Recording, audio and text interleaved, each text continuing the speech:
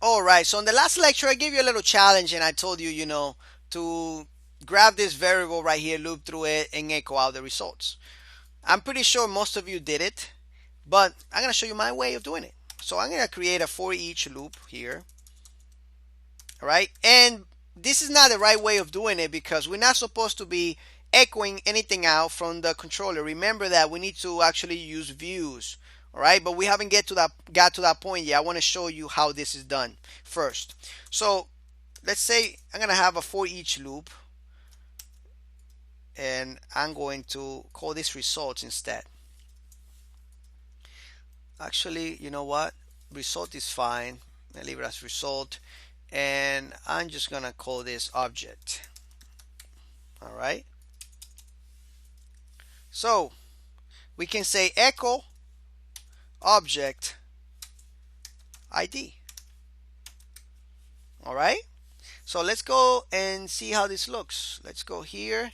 Let's go to localhost CI index, and then we are in the users controller, and then we are in the show method. There we go. And as you can see, we're echoing 1. Why are we echoing 1? Because we only have one user. All right. So if we wanted to have another user, of course, we have to go to our database and create one. Let's go ahead and create one real quick. So let's go to errand underscore DB and users table, insert, and let's create another user called Suave, password 1, 2, 3, and 4. Now let's go to localhost and enter. And now you can see that user's ID came here also. All right. To see it in a better format, we can always put a BR tag right here, of course, like this. All right. And we can see that in a new line. There we go. Right here. Right. All right. So we can see that we can do that. Of course, each of the columns in the database, in the table users, turns into a property. All right. The object, all right, would be the table, right?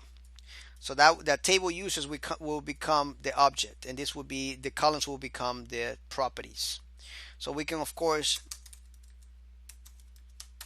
echo out the passwords as well, as you can see right here, or even the usernames. Beautiful, right? All right, perfect. So hopefully you're seeing how this actually becomes really easy to manage. All right. So anyway, thank you so much for watching this lecture. On the next lecture, I'm going to show you how to properly use this with a view. Thank you so much, and I'll see you in the next lecture.